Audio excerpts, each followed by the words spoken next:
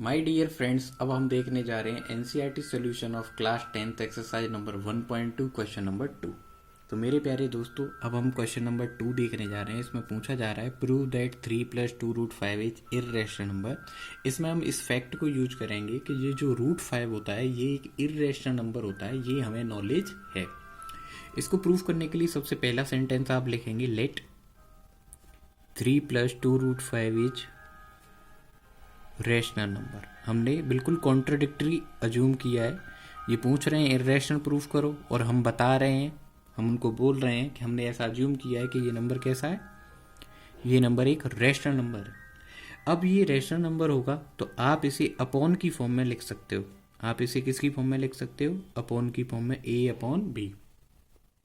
इसके बाद आप उनको बोल सकते हो कि यहाँ पे जो b होगा वो 0 नहीं हो सकता। इसके बाद आप उनको बोल सकते हो कि ए और बी का HCF जो होगा वो 1 होगा। क्या होगा? 1। इसके अलावा फिर आप एक काम कर सकते हो कि हमें यहाँ से √5 का वैल्यू अगर मिल जाए तो हमारा सवाल काफ़ी हद तक सॉल्व हो जाएगा। तो हम a/b इसके पास भेजेंगे इस 3 को, तो ये साइड चेंज करेगा, साइड चेंज करेगा तो प्लस से माइनस हो जाएगा। फिर हम इसका एलसीएम फाइंड करेंगे, 1 और b का एलसीएम b आ जाएगा। फिर आप b की टेबल से b को डिवाइड करोगे तो ये 1 टाइम डिवाइड होगा। 1 से b को डिवाइड करोगे तो ये b टाइम डिवाइड होगा। फाइनली a इंटू 1 करेंगे, आपका आंसर a आ जाएगा। 3 इंटू b करेंगे, 3b आ जाएगा। इतना करने के बाद आपको पता है a और b इंटीजर्स होते हैं, b 0 नहीं होता है, इसीलिए क्या होता है, ये रैशनल होता है। a माइनस 3b इंटीजर ही आएगा। इंटीजर से आप इंटीजर को माइनस करोगे तो वो क्लोजर प्रॉपर्टी को फॉलो करेंगे। किसको फॉलो करेंगे? क्लोजर प्रॉपर्टी को। दैट मीन्स जो न्यूमरेटर में नंबर अभी प्लेस है, ये नंबर जिसको मैंने अभी मार्क किया, ये इंटीजर है, और इसके डिवाइड में भी जो नंबर लिखा है वो भी इंटीजर है। ओके, ये भी फॉर्म किसका है? इंटीजर अपॉन इंटीजर का। फिर मैंने यहाँ से √5 का वैल्यू निकाला। इसके लिए मुझे इस 2 को हटाना पड़ेगा, जिसका क्या हो रहा है? मल्टीप्लाई। मल्टीप्लाई का साइड चेन डिवाइड होता है, तो a माइनस 3b को डिवाइड कर देंगे b से और 2 से, तो 2b से डिवाइड करेंगे। इंटीजर अपॉन इंटीजर का फॉर्म अब भी मेंटेन है। दैट मीन्स ये अभी फॉर्म किसको रिप्रेजेंट करती है? एक रैशनल नंबर को रिप्रेजेंट करती है। फाइनली मतलब मैंने पूरा सवाल सॉल्व करा और ये आ गया कि √5 क्या है? एक रैशनल नंबर। लेकिन मेरी प्रीवियस नॉलेज क्या है? बट वी नो दैट √5 अपने आप में कैसा नंबर होता है? एक इर्रेशनल नंबर होता है। But we know that √5 is irrational number.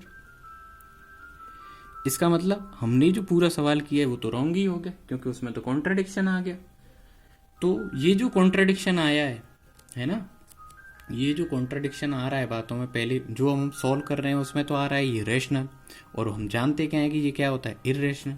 तो this contradiction occurs due to this contradiction occurs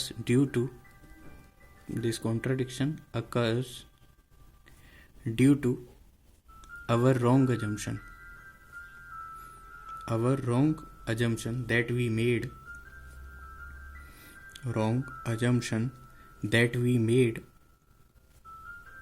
that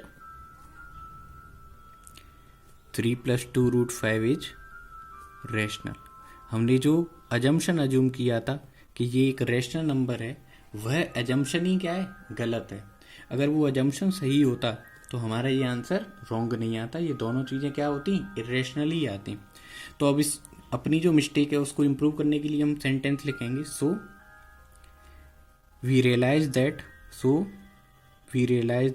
3 + 2√5 is irrational number. ये एक इर्रेशनल नंबर है, ये एक रैशनल नंबर नहीं है। इस तरीके से पूरे क्वेश्चन को हम इजीली सॉल्व कर सकते हैं। देखो, इसको मैं आपको रीकैप करवा देता हूँ। सबसे पहले इसको रैशनल नंबर आपने अज्यूम किया, फिर आपने इसको a/b की फॉर्म में लिखा, फिर यहाँ से आपने √5 की वैल्यू फाइंड करने के लिए 3 को साइड चेंज करा दिया, तो ये माइनस हो गया। माइनस एलसीएम लेके हमने सॉल्व किया, a माइनस 3b/b आ गया। फिर इसके बाद मुझे सिर्फ √5 का वैल्यू चाहिए था, तो ये 2 मुझे अच्छा नहीं लग रहा, मैंने इसको साइड चेंज करा दिया, मल्टीप्लाई का साइड चेंज डिवाइड हो गया।